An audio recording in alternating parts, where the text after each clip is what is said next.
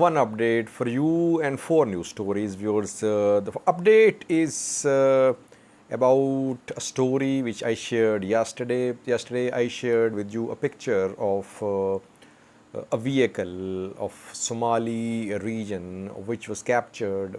The vehicle was captured by Oromo Liberation Army fighters, and OLA-backed news sources were saying that the vehicle was captured during ongoing fighting in Oromia.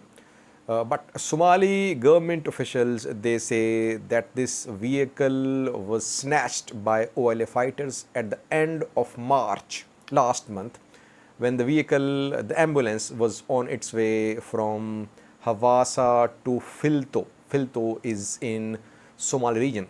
And they say that this vehicle, ambulance, has nothing to do with ongoing fighting in Oromia region.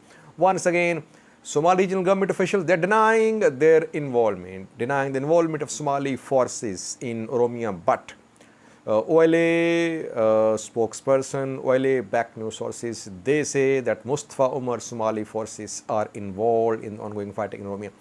Now, there's four news stories. Firstly, a top Eritrean delegation is in Sudan. Foreign Minister and President's advisor are in Sudan. A special message of Isaias Afwerki, Eritrean ruler, has been delivered to Al-Burhan, Sudanese army chief. What could be this message, this letter about? Secondly, viewers, we have been updating you about ongoing tensions between Addis Ababa Muslim students and Addis Ababa Education Bureau, which barred Muslim students from praying in school premises and during school hours. Talks were underway, some progress has been made. Thirdly, Wuldia, where yesterday we saw confrontation in Wuldia and Dassi between Fano militia members and Ethiopian National Defense Force. Exchange of fire also happened. East Amhara Fano commander was arrested. Now, religious leaders, Christians, Muslims, they are trying to pacify the situation. Tension still there. And lastly, Oromo Liberation Army backed news sources have shared some pictures and videos of ENDF soldiers who have been taken prisoner, and two of them are Tigrayans. They have Tigrayan ethnicity. How did they end up in Oromia? Did they become part of the fighting against their will? Some claims are being made by OLA-backed news sources. The two Tigrayan ENDF members are being shown. What are they saying? How did they end up in Oromia fighting against Oromo Liberation Army? Firstly, viewers, Eritrea. A top Eritrean delegation is visiting Sudan.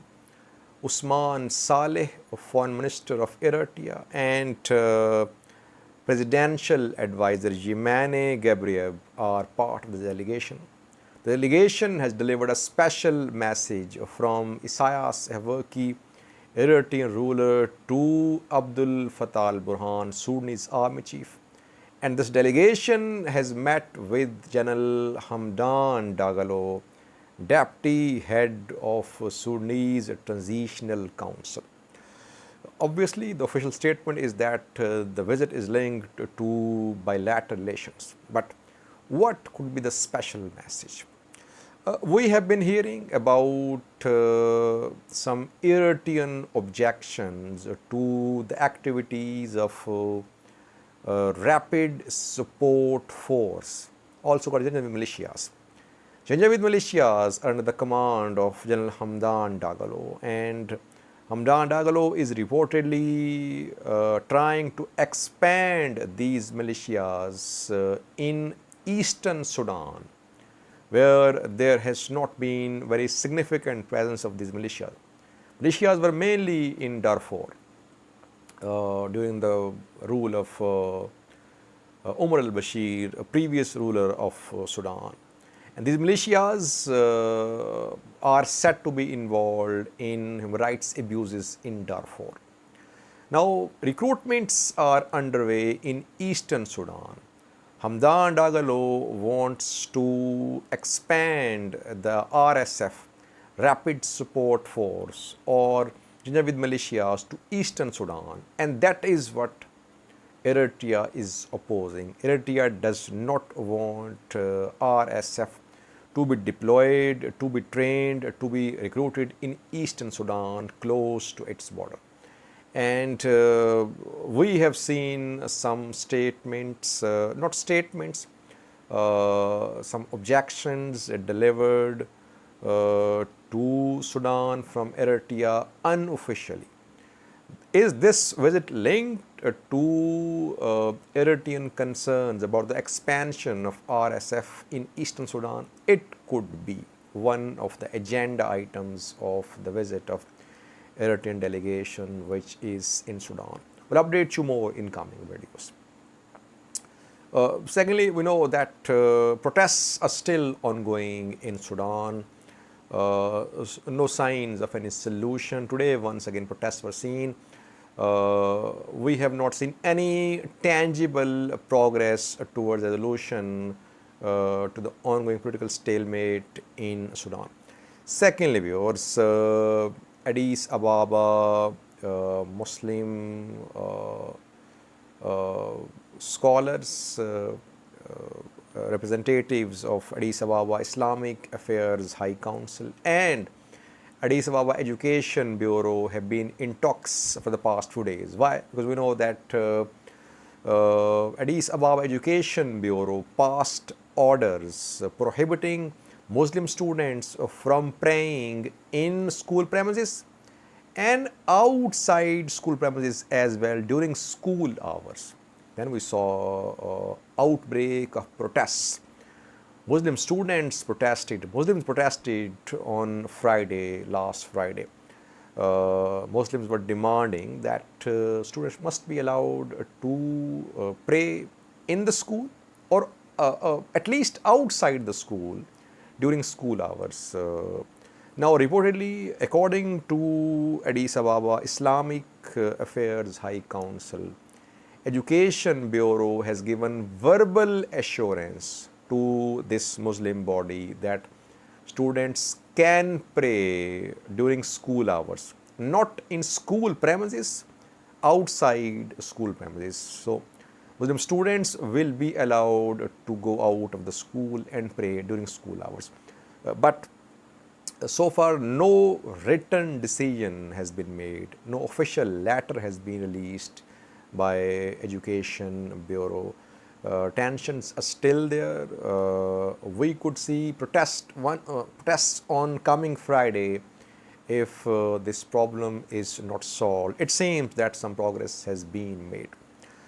Thirdly, viewers, Waldia, where we saw confrontation between Ethiopian National Defense Force and Fano militia members yesterday. Tensions are still there, and today religious leaders, Muslims and Christians, they talked to the party of the conflict. They tried to pacify the situation. Tensions escalated after Ethiopian National Defense Force stormed a meeting of East Amhara Fano in Dassi reportedly. A training center was also attacked by ENDF. Then there was exchange of fire. East Amhara Fano commander was arrested. Later he was released. Some Fano members were arrested. They were released too. People then blocked roads, I think in Kobo and Waldia, in both places. We saw large protests. Some Oromia leaders like Ali Museme of Prosperity Party, they tweeted that some groups had attacked Ethiopian National Defense Force in Kobo and Waldia. It was a confrontation between Fano and ENDF. The tension is still there, and religious leaders are trying to calm the situation. And we are seeing videos as well, very provocative videos. I won't share. Videos are from Fano members. They say that they are being pushed against the wall by ENDF members, but they will not surrender. So, Fano and ENDF, they are on the collision course if there is no intervention. And intervention is coming from religious scholars, Muslims and Christians, who are trying to control the situation. Lastly, viewers, OLA-backed news sources have shared some pictures and videos of new Ethiopian National Defense Force members who have been taken prisoner in the ongoing military operation in Oromia. Two ENDF officials have been shown in some videos, pictures. You can see them on your screen. They were interviewed by some OLA-backed sources, and they say that they are Tigrayans. They were in a prison in Arba Minch. They were there because they were Tigrayans. They were taken out of the prison. They were taken to a camp for a few days, training camp by Ethiopian National Defense Force. And then they were deployed to fight against Oromo Liberation Army in Oromia. But they did not fight, they just surrendered, and now they are safe. Now, we cannot reject or confirm this claim, because if you are a POW, then you'll speak as you'll be told to speak by the persons who you are in the custody of. So they might be forced to say that they were forcibly sent to fight in Oromia, or it could be the case Tigrayans are still in custody, tens of thousands in different parts of Ethiopia.